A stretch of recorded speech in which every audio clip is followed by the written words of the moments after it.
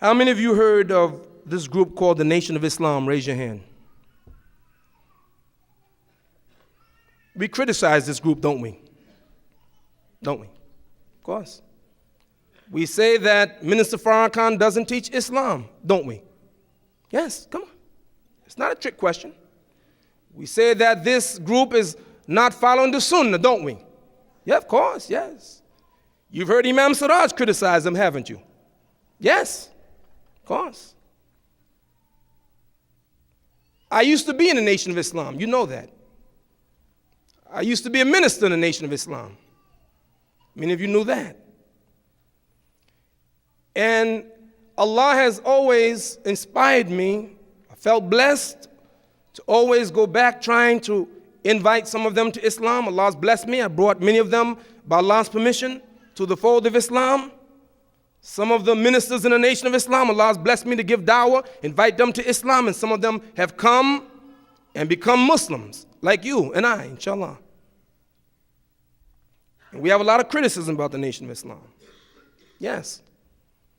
But one thing I keep trying to do is to look at them and look at their effect on the people, especially black people. And then I tried to put my mind back when I was in the Nation of Islam and my mindset. And I tried to compare myself in the Nation of Islam and myself now as a Muslim who follows Quran and Sunnah to the best of our ability. And I tried to put it in perspective. And I remember that when I joined that movement, I thought they were Muslims. I thought they were rightly guided. Therefore, I acted like I thought they were rightly guided. I remember on a Wednesday in 1969, in December, I sat there in that temple for the first time in my life, and I listened to the minister, a man by the name of Arthur 14X. And that night, I became a member of the Nation of Islam, college student. I became Jeffrey 12X. Keep that between us.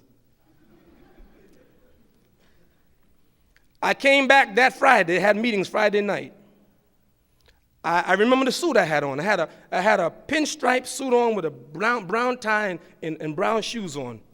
And I sat there, and I listened to that man speak.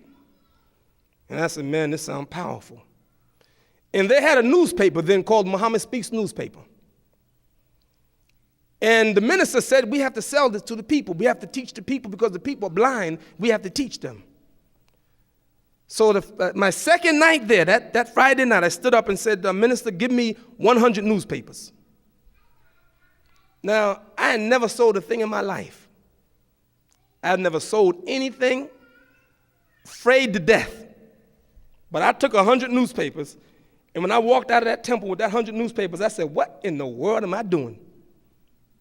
And I went in my neighborhood on Utica Avenue, Eastern Parkway, that night. I'll never forget, Friday night. And I'll pick out a newspaper, and I never sold before. I saw a person come, I said, you don't want one of these, do you? They said, nope. And I tried to sell the newspaper, and I tried to explain the program, and I tried. And as I began to learn about the theology, and I became more and more comfortable, and then I became good at it. And then I began to sell not 100 newspapers, but 1,000 a week. Why? 2 reasons. Because I believed in the message. And number 2, they kept telling me that you have to go get the people. You have to go get the people. You have to go get the people. They told me that so much that one time I told the leader, I said, give me a bus and I will go get some people. And nobody ever asked for a bus before. But they gave me a bus. And my driver, I said, listen, I want you to keep driving. He said, where? I said, just keep driving. And we came up to a park. And I said, stop the bus. And I saw a group of people. And I said, wait here. Allah is my witness. I got out of that bus and went in the park And I started calling the people together. I said, ladies and gentlemen, I have something for you. We have the truth, and you need the truth. I want to take you to a place where you can get the truth. Get in the bus. Can you believe it? They got in the bus. 34 of them got in the bus, and we took them to the temple. Boldness. I didn't have the right religion, but something in my heart told me I wanted to get to the people. I didn't have the knowledge, but I had the spirit. And then we would go out by myself in the streets of Brooklyn. I know some of you would never even go to Brooklyn. Now I know you. Yeah, I used to go, I sell newspapers. That's what I used to do, sell newspapers. And you know, when I walked, the papers cost a quarter. Now, can you imagine all these quarters in my pocket? I'm walking down the street, newspapers going in people's hallways in Brooklyn with all that change by myself selling newspapers. I never forget, I was on Eastern Parkway, a block where I sold the first paper. I went in an apartment building. I used to go knocking on people's doors and sell them this newspaper called Muhammad Speaks Newspaper, sell it to them. Right? And I went into a hallway in Eastern Parkway between Utica Avenue and Rochester Avenue. And when I walked, I saw two men standing in the middle of the whole hallway. And they looked ominous. And I said to myself, you know what?